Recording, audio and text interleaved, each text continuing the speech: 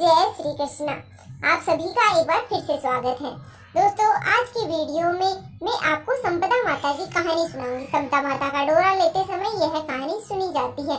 संपदा माता का डोरा कब लिया जाता है, कैसे लिया जाता है और किसके द्वारा लिया जाता है, इसकी वीडियो चैनल पर आ चुकी है। उस वीडियो का लिंक मैं आपको डिस्क्रिप्शन में दे दूंगी, आप उसे एक बार जरूर देखना ताकि आपको संपूर्ण जानकारी मिले। हमें डोरा कैसे बनाना है, कैसे लेना है, संपूर्ण जानकारी आपको वीडियो में मिलने वाली है, तो आप वीडियो को विजिट करके एक बार जरूर देख लीजिएगा।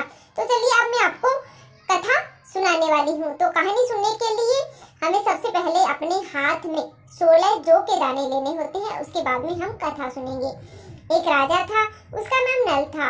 उसके दमयंती नाम की रानी थी। एक दिन महल के नीचे एक बुढ़िया आई जो संपदा माता का डोरा बांट रही थी और कहानी सुना रही थी। वहां पर बहुत भीड़ लगी हुई थी। औरतें डोरा लेकर के जा रही थी। रानी ने ऊपर से देखा और दासी से बोली कि नीचे देख करके आओ, किस चीज की भीड़ हो रही है। तो वह देख करके आई और बोली कि एक बुढ़िया माई संपदा का डोरा बांट रही है, जिसे धन, लक्ष्मी और वैभव आता है।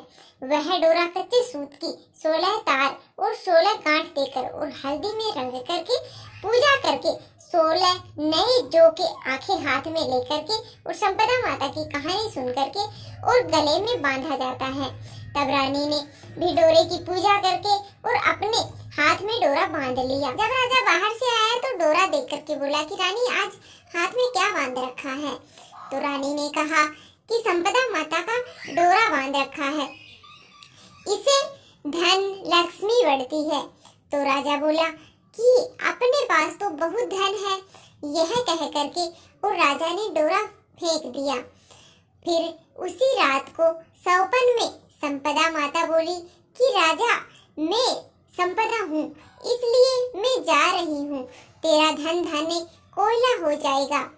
सुबह उठ करके जब राजा ने देखा तो उसका सारा धन कोयला हो गया था।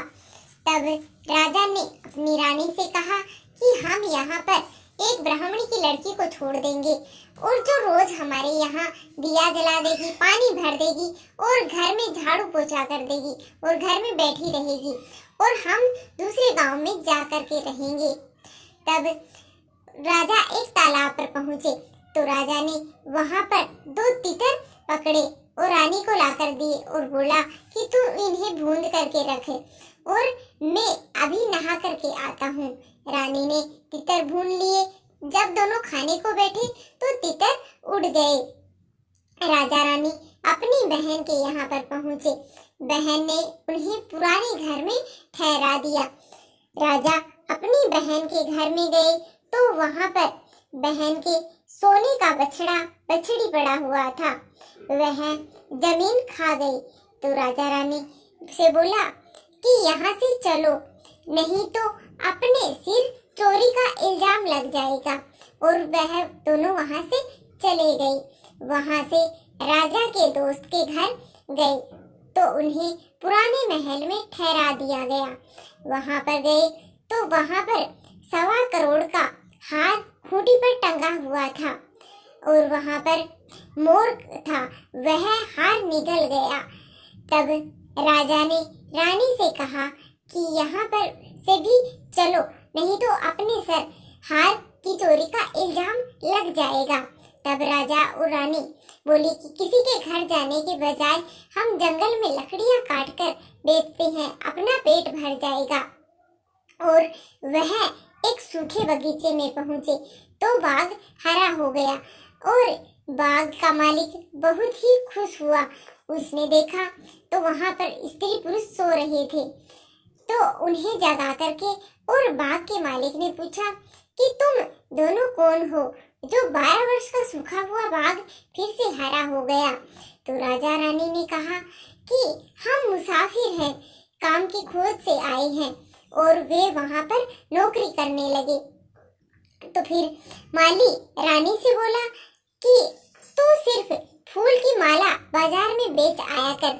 और एक दिन बाग के माली कथा सुन रही थी, तब संपदा माता का डोरा ले रही थी। रानी के पूछने पर बताया कि यह संपदा का डोरा है। रानी ने कथा सुनी और डोरा लिया। राजा ने अपनी पत्नी से पूछा कि यह डोरा किसका बांधा है।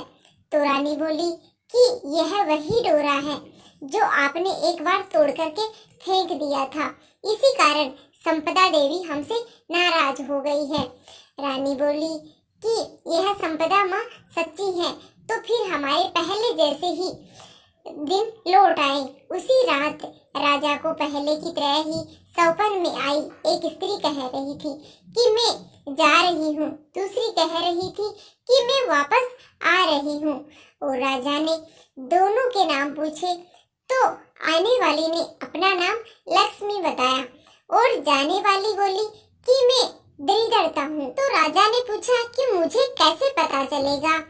तब संपदा माता बोली कि जब सुबह कुएं से जल भरने जाएगा तो पहली बार में जौ निकलेंगे और दूसरी बार में हल्दी की गांठ निकलेगी और तीसरी बार में कच्चा सूत निकलेगा। संपदा माता ने उन्हें खूब सारा धन दिया।